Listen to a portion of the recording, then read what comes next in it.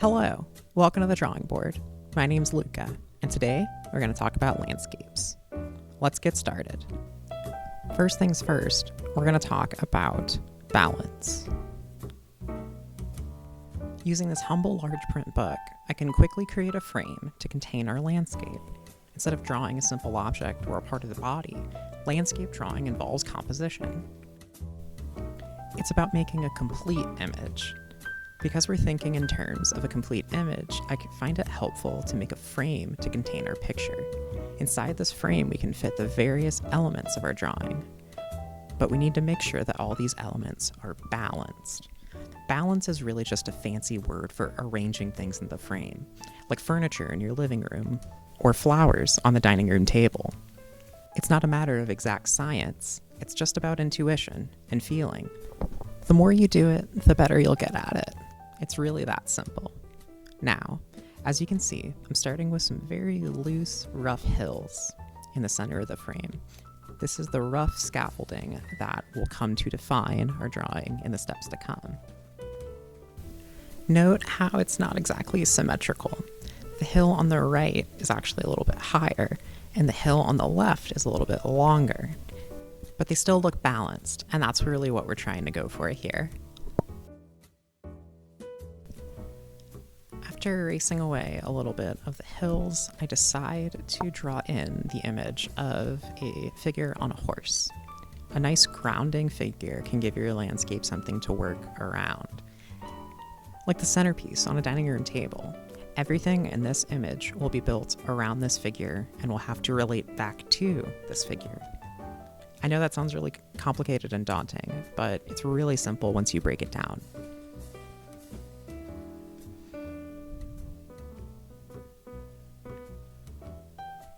Taking a step back from your drawing every few minutes to just take it all in and look at what it needs is always very helpful, especially when you're working with a larger composition like a landscape.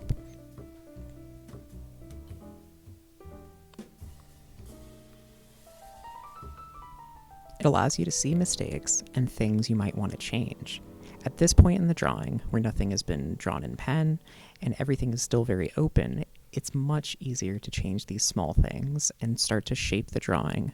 Like a sculptor shapes a hunk of marble into a beautiful sculpture, slowly and steadily over a long period of time.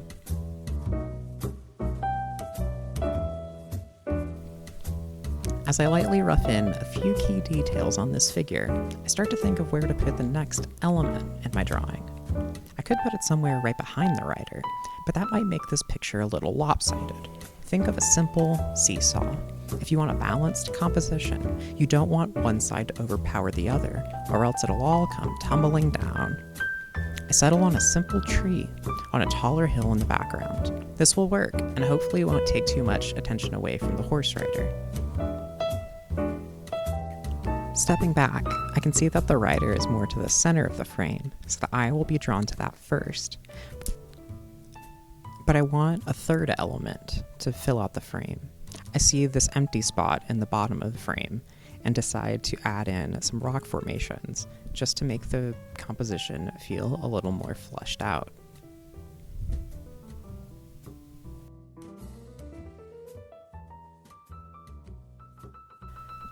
Alright, so now we're going to talk about depth. And when I say depth, what I really mean is trying to create a deep sense of space in your drawing, illustration, or in this case, landscape.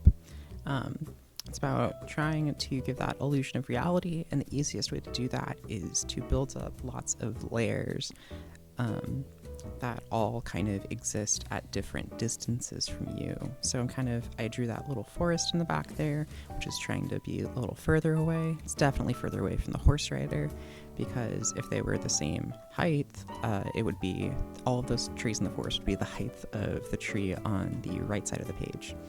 I tend to divide these three areas up into the foreground, which is the closest to us, the midground, which is kind of probably about 100 feet from us in this case. That's the layer where we have the horse rider, that tree on the right side, and that rock formation. And then we also have the background, which in this case could be miles away. And on top of the forest, I'm starting to kind of fill in that space with a castle, I'm not quite sure yet if it's a castle or like a ruined abbey or a citadel, but it's something in the back to kind of draw the viewer through the image, not just across it, like we were when we were talking about balance. I take a moment to kind of look back at everything, and I kind of, while I'm adding in some details to the citadel and some other elements of the drawing, I'm trying to think about this space to the right of my horse rider and trying to think of what I can put there to kind of fill up that space and make sure it's not just blank. And I end up deciding on adding a little hint of an ocean. Oceans are great and seas are great because they can give you a nice horizon line in the background. It gives you a nice horizontal line that allows all of the verticals and the angles in your drawing to have something to be compared against. And also it allows you to draw clouds, and clouds are a great way of filling up the sky with some tangible details.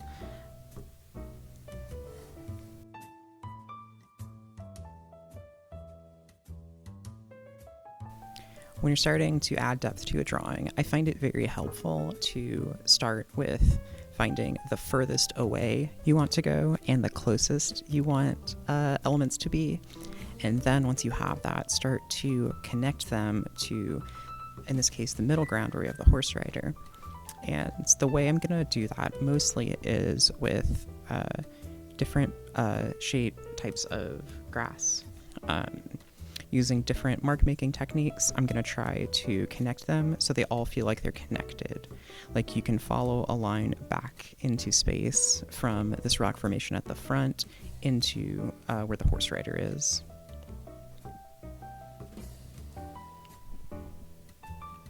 And I'm going to speed this up so that you can kind of see as I kind of glue all of these different layers together to make all of them kind of flow and look like they're all connected.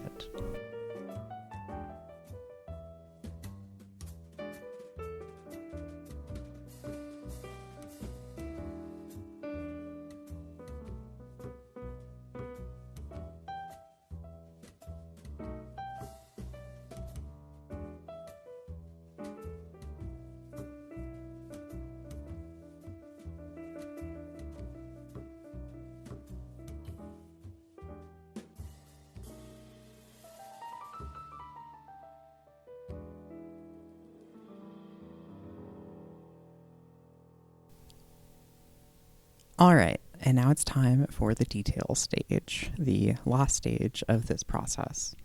Now that we've established that our landscape composition has a very even balance and that it has a very deep depth of field to it, it's time to kind of start working in these smaller details. All of the preceding layout and kind of preliminary drawings I did with a pencil, and now I'm just working with a basic fine liner pen.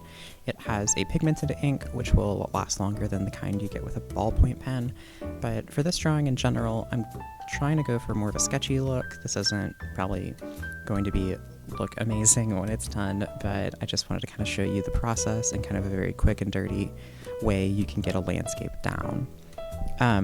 Now, when we're talking about details, the two things you want to keep in mind are distance from the viewer and importance to the composition.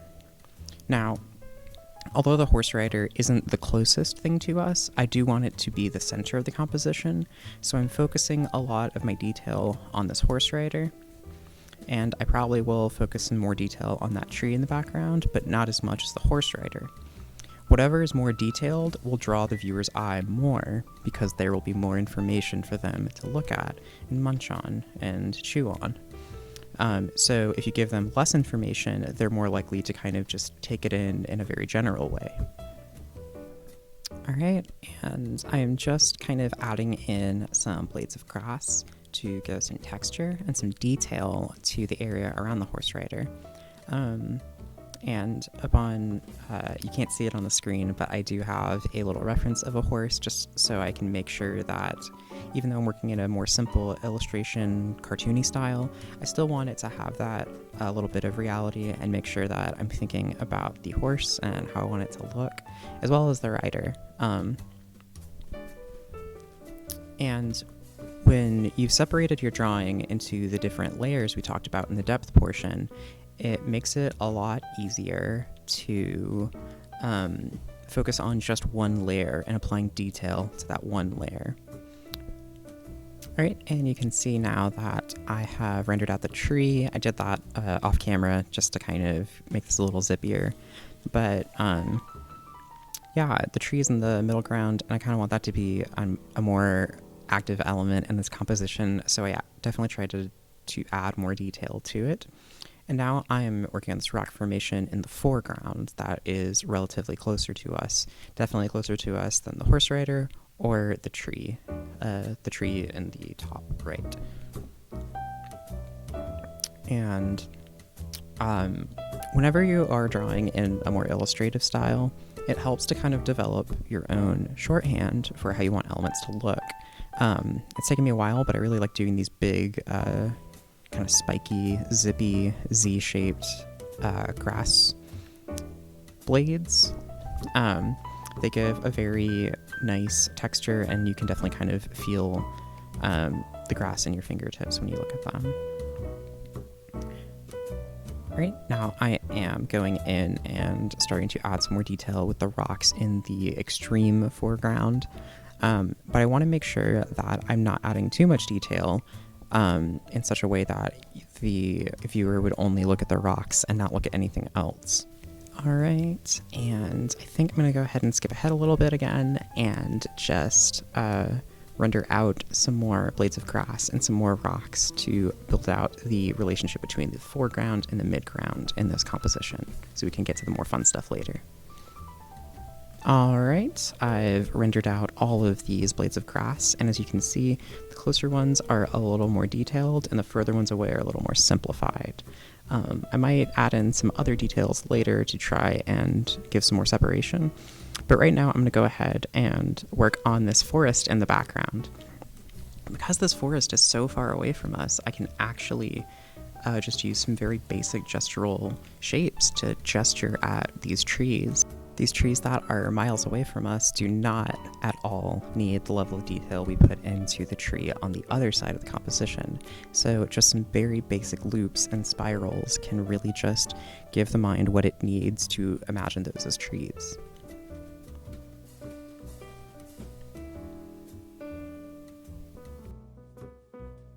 All right, and I'll go ahead and speed up me finishing the details on these trees and the castle in the background, just to make it a little easier. Note how simply I render the castle with just a couple lines. I'm just trying to keep it very basic because I don't want the eye to linger there. I want it to keep moving around the entire image.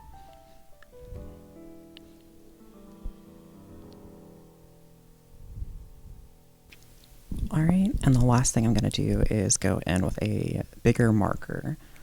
Because light and dark can also play into your composition. The eye tends to move towards areas of higher contrast, so having your focal points in the drawing have more of this contrast, like the rider and the horse against the fields, that will make the eye linger there longer. And again, I'm just doing some very rough and dirty pen marks just to kind of get some tones down. I'm not trying to be too precious about any of this. This is just a demonstration. And see how immediately the eye goes to that horse rider because there's such a strong contrast of dark against light. I'm not even thinking about light and shadow at this point. I'm just thinking about graphic design and how to lead the eye. Now I'm going in on these rocks and just adding in some darker shadows and some more line variation. This kind of gives the impression that that is closer to us than the grass that is more in the background. I'm really thinking of this more intuitively, and building up this intuitive sense takes time. The only way to get good at this intuition is really just to get a lot of drawings under your belt. The best book to teach you how to draw is just a sketchbook. Just get a lot of drawings under your belt with some basic understanding of how to make images, and you will be surprised at how quickly you will progress. All right, and I'm just kind of going in the tree region and just trying to make sure that I have line quality and that I'm separating out these layers in a way that makes them look visually interesting. And I think that is it.